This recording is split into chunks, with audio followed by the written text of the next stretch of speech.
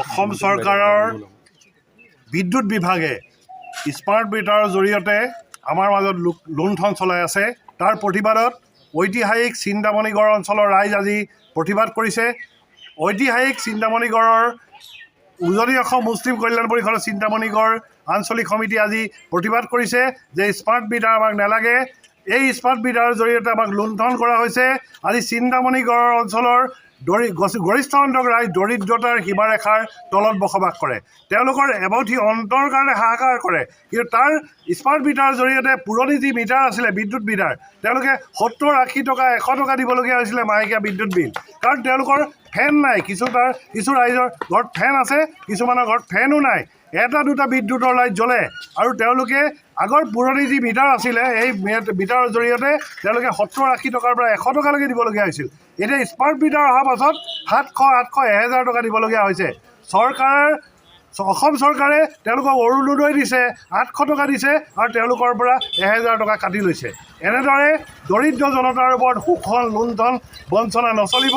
আমি অসম চৰকাৰক বিদ্যুৎ বিভাগক আমি সকীয়াই দিছোঁ যাতে স্মাৰ্ট মিটাৰ যিসকলে ৰাইজৰ ঘৰত স্মাৰ্ট মিটাৰ লগালে, অসমৰ ৰাইজে স্মাৰ্ট মিটাৰ বিচৰা নাই।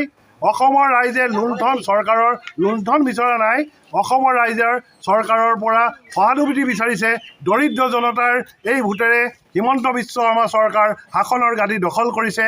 দুবাৰকৈ বিজেপি চৰকাৰ অসমত শাসনত আছে। এবাৰ সৰ্বানন্দ সোণোৱাল, দ্বিতীয়বাৰ হিমন্ত বিশ্ব শৰ্মা। অসমৰ ৰাইজে ভোট দি আপোনালোকক দিল্লী আৰু দিছপুৰৰ ৰাজপথত বহাইছে। কিন্তু আপোনালোকে দিছপুৰৰ ৰাজপথত বহাৰ পিছত দৰিদ্ৰ জনতাৰ নামত স্মাৰ্ট মিটাৰ নামৰ এটা বস্তু সংযোজন কৰি লুণ্ঠন অব্যাহত ৰাখিছে। উজনি অসম মুছলিম কল্যাণ পৰিষদে তাৰ তীব্ৰ প্ৰতিবাদ কৰি চিন্তামণিগড় আঞ্চলিক সমিতিৰ উদ্যোগত আমি ইয়াত সমবেত হৈছোঁ। আমি অসম চৰকাৰক এমাহৰ সময়সীমা নিৰ্ধাৰণ কৰি দিছোঁ। সমগ্ৰ অসমৰ জিলাসমূহ, সমগ্ৰ অসমৰ গাঁও অঞ্চলত স্মাৰ্ট মিটাৰ যিবিলাক লগালে বিদ্যুৎ বিভাগে এইবিলাক খুলি দিয়ক। লুণ্ঠন নচলিব। লুণ্ঠনৰ ওপৰত এনে লুণ্ঠন অসমৰ ৰাইজে সহ্য নকৰে, দৰিদ্ৰ জনতাই সহ্য নকৰে। এমাহৰ ভিতৰত স্মাৰ্ট মিটাৰ গুচাই বিদ্যুৎ বিভাগে পুৰণি মিটাৰসমূহ সংযোজন কৰক, নহ'লে ইয়াৰ বিৰুদ্ধে অসমজুৰি তীব্ৰ প্ৰতিবাদী গণ আন্দোলন আৰম্ভ হ'ব। বৰ্তমান বিজেপি চৰকাৰখন শাসনলৈ অহাৰ পাছৰে পৰা অত্যাধিক খাদ্য সামগ্ৰীকে ধৰি অত্যাধিক যিসমূহ আমাৰ প্ৰয়োজনীয় সামগ্ৰীসমূহৰ আকাশলংঘী মূল্য বৃদ্ধিৰ জৰিয়তে আমাৰ সৰ্বসাধাৰণক ইতিমধ্যে কোঙা কৰি পেলাইছে। তাৰপিছত এটা বিদ্যুৎ বিভাগৰ এটা স্মাৰ্ট মিটাৰ আমাৰ বাঁহৰ বেৰবোৰত ওলমাই দিছে, যাৰ জৰিয়তে বিদ্যুৎ বিভাগ তথা অসম চৰকাৰে গোটেই সমগ্ৰ অসমখনৰ দুখীয়া ৰাইজক তেজ শুহি খাইছে। ইতিমধ্যে অসমজুৰি এই আন্দোলনৰ আৰম্ভণি হৈছে। দেখিবলৈ পোৱা গৈছে আন্দোলন হোৱাৰ লগে লগে অসম চৰকাৰে এই বিষয়সমূহ আঁতৰাই ৰাখিবৰ কাৰণে বিভিন্ন পলিচিৰ জৰিয়তে বিভিন্ন ইছ্যু উলিয়াই এই আন্দোলনক তল পেলাবলৈ তেওঁলোকে চেষ্টা অব্যাহত ৰাখিছে।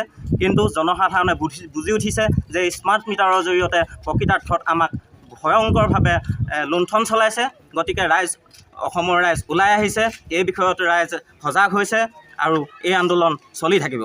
যিহেতু এতিয়াও স্মাৰ্ট মিটাৰ হয়, এই চৰকাৰখন আচলতে দুখীয়াৰ কাৰণে নহয়, এই চৰকাৰখন পুঁজিপতিৰ কাৰণে। সমগ্ৰ অসমতে প্ৰতিবাদ হোৱাৰ পাছত কিছুমান নিউজ চেনেলত আমি এতিয়া দেখিবলৈ পাইছোঁ যে কেন্দ্ৰীয় চৰকাৰে এটা নিৰ্দেশনা দিছিল অসমৰ চৰকাৰী কাৰ্যালয় নতুবা ব্যক্তিগত যিসমূহ ব্যৱসায়িক প্ৰতিষ্ঠান আছে, এই ব্যৱসায়িক প্ৰতিষ্ঠানসমূহতহে স্মাৰ্ট মিটাৰ লগাবলৈ দিছিল। কিন্তু অসম চৰকাৰখনে মই মতালিৰে ঠিকাদাৰৰ লাভৰ কাৰণে, নিজৰ কৰ সংগ্ৰহৰ কাৰণে আমাৰ দুখীয়া ৰাইজৰ তেজ খাবলৈ এই মিটাৰ ঘৰত বহুৱাই দিছে। এই বিষয়টো আমি মানি ল'ব নোৱাৰি। গতিকে ৰাইজে ইয়াৰ বিৰুদ্ধে ভয়ংকৰভাৱে তীব্ৰ আন্দোলন কৰিবলৈ সাজু হৈ থাকক, অসম চৰকাৰ সাজু হৈ থাকক, অসমৰ প্ৰশাসন সাজু হৈ থাকক।